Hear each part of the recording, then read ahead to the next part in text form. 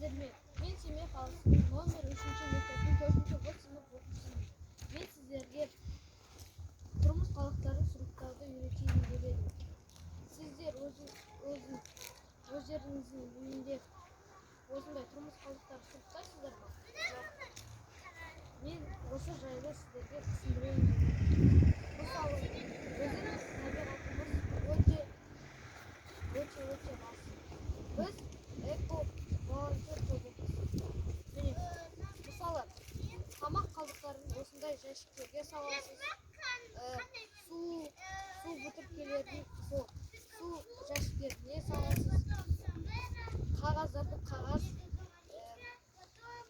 мусорларына саласыз. Мен сіздерге осындай мусор жәшікті сіздерге жасауды ұсынамын. Сондай біздің табиғатымыз өте таза және де лас болмайды. Біз табиғатымызды осылай сұрыптасақ, табиғатымыз таза болады. Әрқайсымыз осылай тазалауға сіздерге кеңес беремін.